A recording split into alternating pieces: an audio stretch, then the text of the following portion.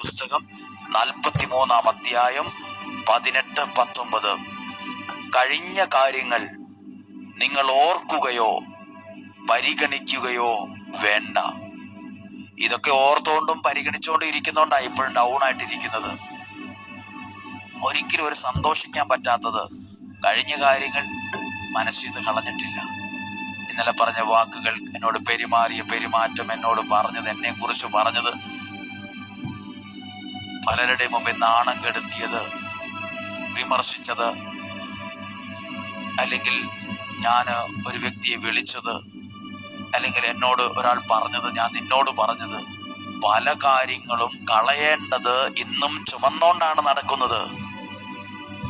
കളയേണ്ടതിനെ, ഒഴിവാക്കേണ്ടതിനെ ഇന്നും മനസ്സിൽ, ബുദ്ധിയിൽ ആലോചിച്ച് ചുമന്നുകൊണ്ട് നടന്നാൽ അത് നിന്റെ ജീവിതത്തെ അപകടത്തിലേക്ക്